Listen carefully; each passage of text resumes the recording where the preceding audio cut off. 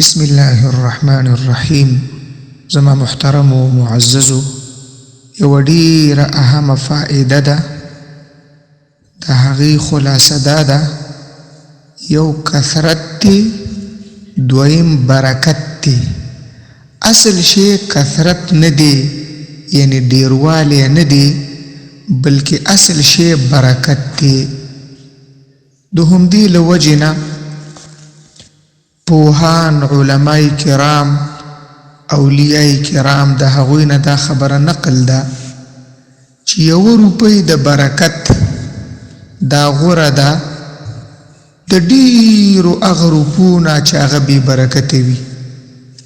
اوس په دې باندې ځان پوه کول پکار دي چې اسباب البرکات څه دي.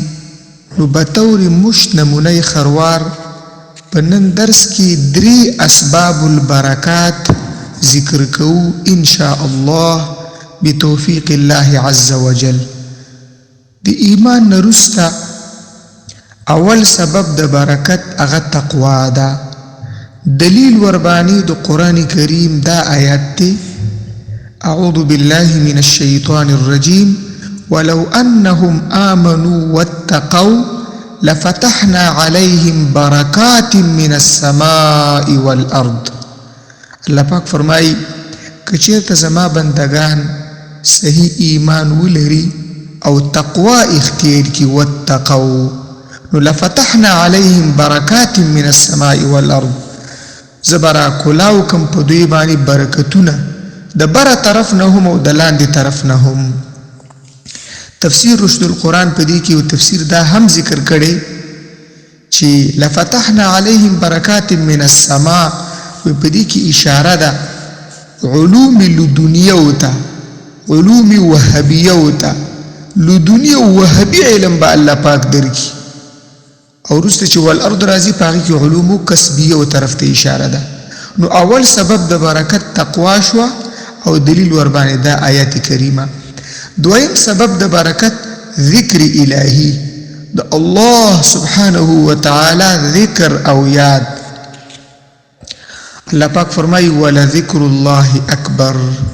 دا ډیر مؤکد کلام دی، ځکه لام تاکیدیه دی، اضافت د ذکر اسم ظاهر ته شوی او به اکبر اسم تفصیل دی. ولذکر الله اکبر، خامخا د الله جل شانه ذکر ډیر لوی عبادت دی. دې کې نورې ترجمې هم شته. په دې باندې به انسان پوه کړو لکه څنګه چې د الله عز وجل ذات با برکت دی، تبارک الذي بيده الملک، دغه شان د الله جل شانه اسم هم با برکت دی، تبارک اسم ربک ذی الجلال والاکرام. دریم سبب د برکت دعا غوښتل دي.